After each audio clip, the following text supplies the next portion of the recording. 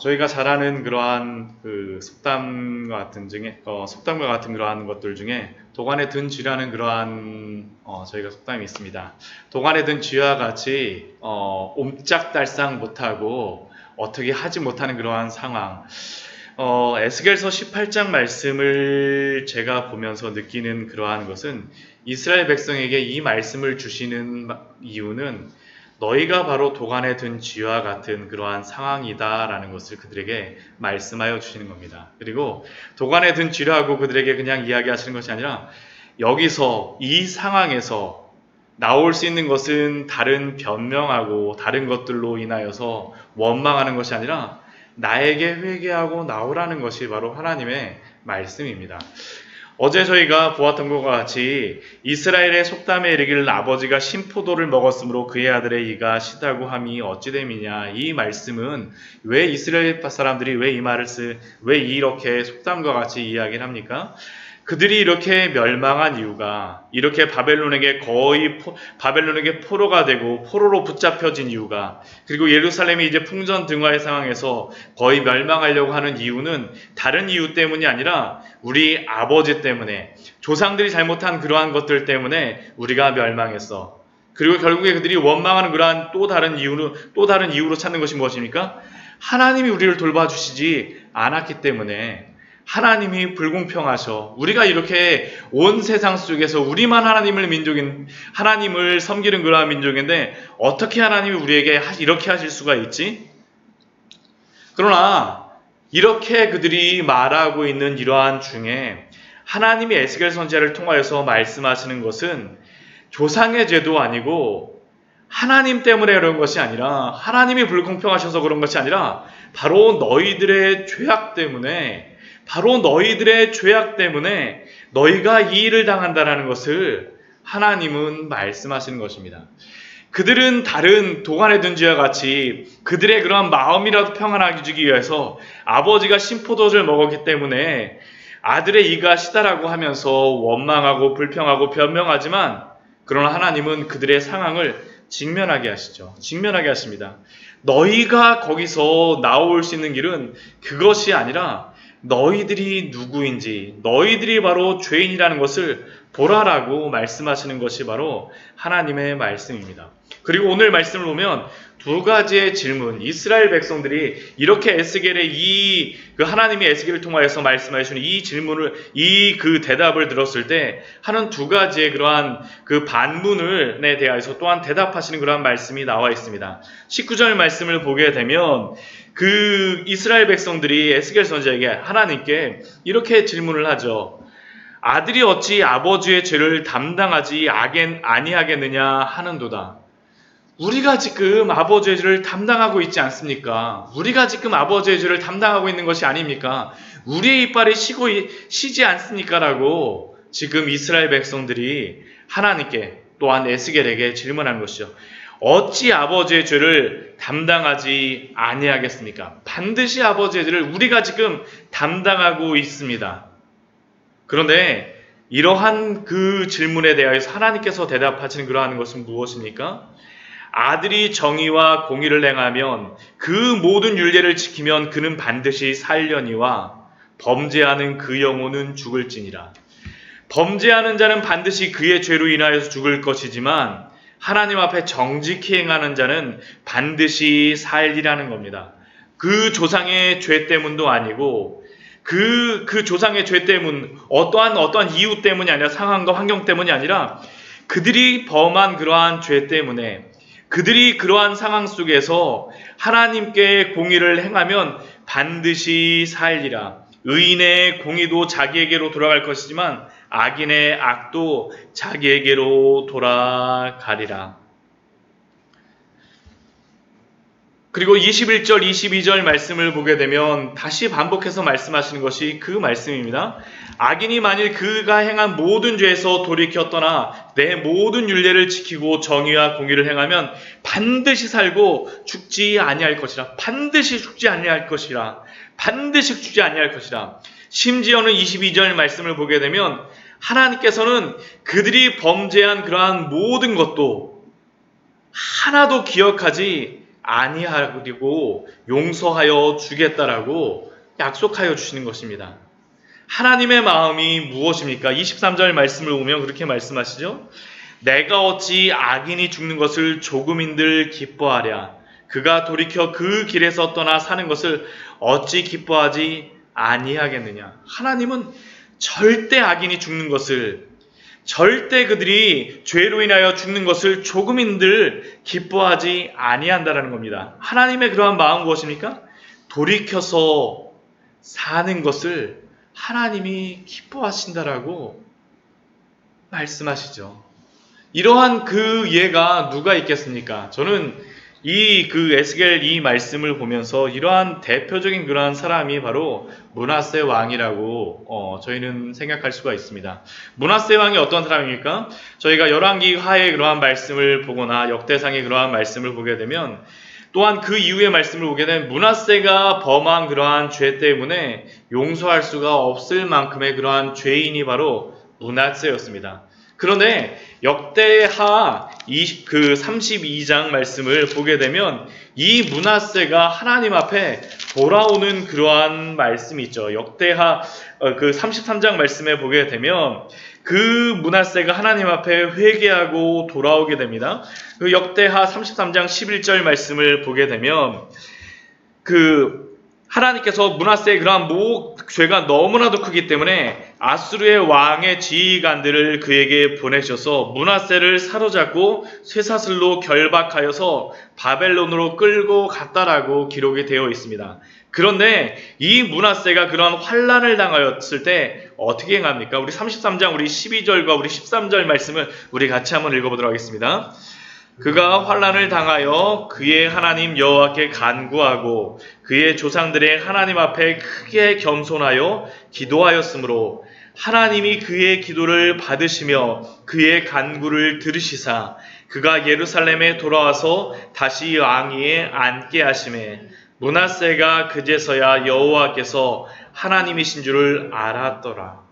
하나님은 이 므낫세조차도, 이 므낫세의 기도조차도 그가 크게 겸비하여서, 크게 겸손하여서 기도하고 회개하였을 때 하나님이 그의 기도를 받으시고 그의 간구를 들으셨죠. 하나님은 결코 죄인이 죽는 것을 기뻐하지 아니하신다라는 겁니다. 우리가 예수님 옆에 그 십자가에 같이 달렸던 그러한 죄인도, 그 강도도 보지 않습니까? 그가 그 강도의 일을 행하여서 당연히 죽을 자임에도 불구하고 그가 예수 그리스도께 간구하였을 때 오늘 밤 내가 낙원에 있으리라라고 약속하여 주셨던 그 약속의 말씀, 그게 바로 그 죄인을 향하여서, 그 강도를 향하여서 주시는 그 약속이 아닙니까? 그런데 그 약속이, 그 은혜가 은혜될 수 있을 때가 언제입니까? 내가 죄인이라는 것을 알았을 때죠. 므낫세조차도 내가 죄인인 것을 알았을 때, 내가 죄인입니다라고 회개했을 때, 그때는 하나님께서 기뻐하고 그를 받아주시고, 또한 예수님 옆에 달려있던 그 죄인조차도 자신이 강도이고 사람 앞에서가 아니라 하나님 앞에서 참된 죄인이란 것을 알고 회개하였을 때 하나님께서 그 영혼을 받으시고, 예수님께서 내 영혼이 오늘 나와 함께 낙원에 있으리라고 말씀하여 주시지 않으셨습니까? 오늘 말씀하시는 것이 바로 그 말씀입니다. 너가 죄인인 것을 알고 돌아오게 되면, 비록 도관에 든 죄인이 쥐와 같은 신세라 할지라도 하나님 앞에 돌아오면 하나님은 결코 그 죄인이 죄로 인하여서 죽는 것을 결코 기뻐하지 아니하신다라는 겁니다. 하나님의 마음은 결국 그러니까 죄인인 것을 깨달으라 라는 것이 오늘 말씀에서 주시는 그러한 말씀이 아닙니까? 조상을 원망하는 것이 아니라 24절 말씀을 보게 된 25절 말씀을 보게 되면 그런데 또 다시 원망하는 대상이 있습니다. 누구였습니까? 앞에서 첫 번째는 조상이라고 한다면 두 번째는 하나님께 원망하는 것이죠. 근데 25절 말씀을 보면 그들이 또 질문하는 것이 있습니다. 그 질문이 무엇입니까? 너희는 이르기를 주의 길이 공평하지 아니하다 하는도다.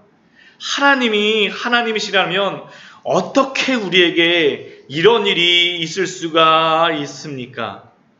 29절 말씀에서도 그들이 또 동일한 질문을 하였던 것이죠.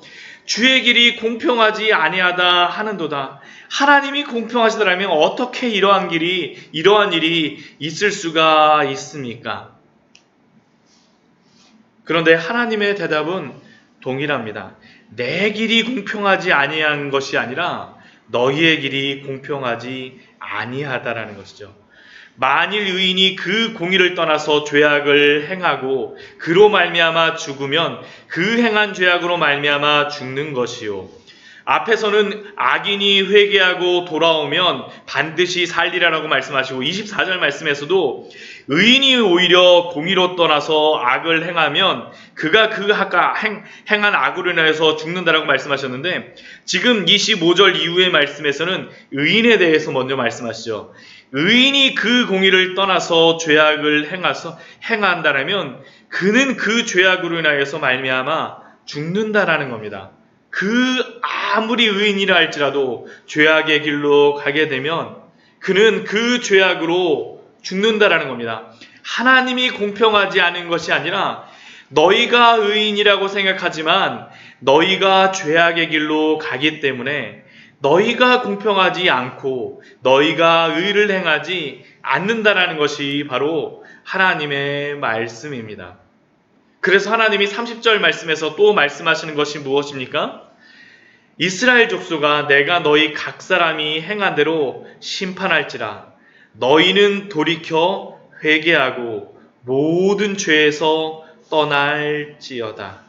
너희는 돌이켜 회개하고 모든 죄에서 떠날지어다.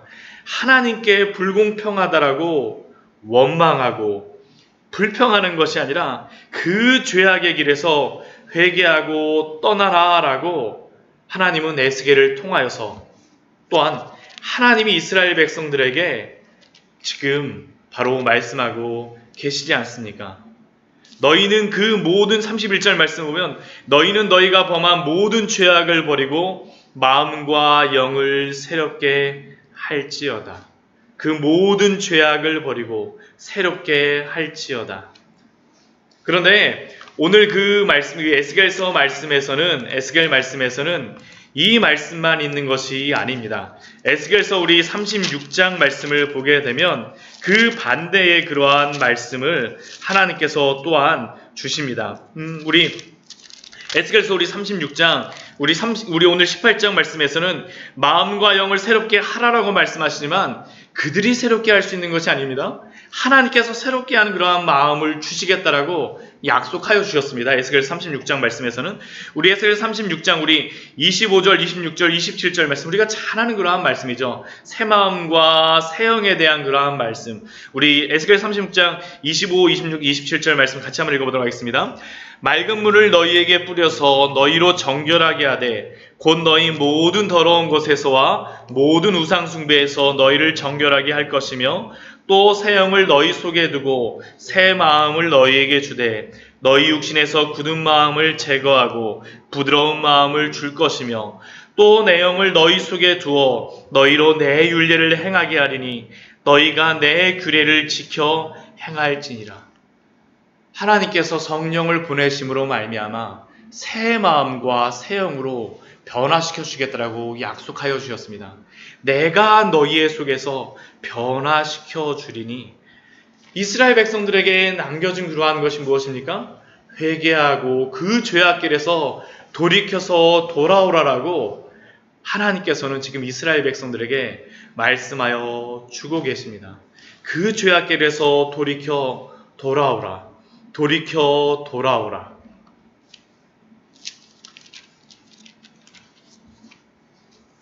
돌이켜 돌아오게 되면 반드시 살지니라 라고 오늘 하나님께서 이스라엘 백성들에게 말씀하여 주십니다.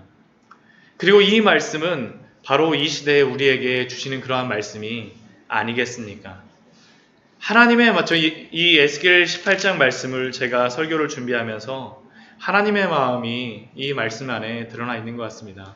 이 시대에 아까 그 새벽 예배 시작하기 전에 천부의 의지 없어서 같이 찬양을 하였었지만 사실은 저희가 이 찬양을 부르지 않습니다. 별로 좋아하지 않아요. 이 찬양을 부르게 되면 우리의 마음, 내가 왜 죄인이야?